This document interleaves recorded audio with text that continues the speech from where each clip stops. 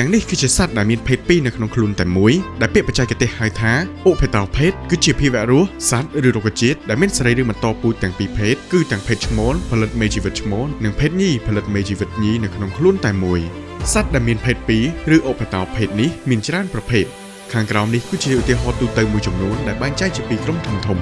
1. សត្វដែលមានភេទពីរនៅក្នុងខ្លួនតែមួយសត្វជន្លេននេះគឺជាឧទាហរណ៍ដែលគេស្គាល់ច្រើនជាងគេពេលបង្កាត់ពូជជន្លេនមានក្បាលពីរនិងបដូរមេជីវិតឈ្មោលឲ្យគ្នាទៅវិញទៅមកខ្យងគោកឬក៏ Land Snail ខ្យងគោកភាគច្រើនមិនមែនគ្រប់ប្រភេទនោះទេខ្យងគោកភាគច្រើនក៏ដូចជន្លេនផងដែរគឺបដូរមេជីវិតឈ្មោលពេលពាក់គ្នាទៅវិញទៅមកខ្យងអ៊ិតស្នូកវាក៏ជាសាច់ញាតិរបស់ខ្យងផងដែរហើយវាក៏មានប្រព័ន្ធបន្តពូជស្រដៀងគ្នានេះដែរសត្វឆ្លើ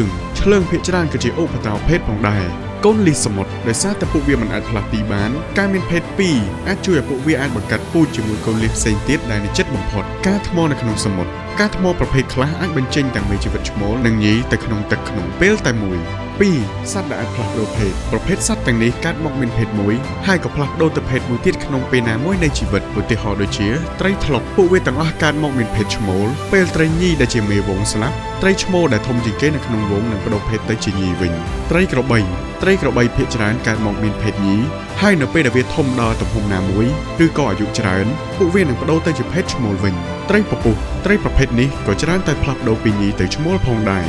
ត្រីឫស្សីត្រីប្រភេទនេះក៏មានសមត្ថភាពផ្លាស់ប្ដូរភេទផងដែរតើអ្នកទាំងអស់គ្នាយល់យ៉ាងណាដែរចំពោះសត្វដែលមានភេទពីរនៅក្នុងខ្លួនតែមួយបែបនេះសូម comment ពីមតិយោបល់របស់អ្នកទាំងអស់គ្នានៅខាងក្រោម comment នេះផងណា Follow សម្រាប់វីដេអូក្រោយ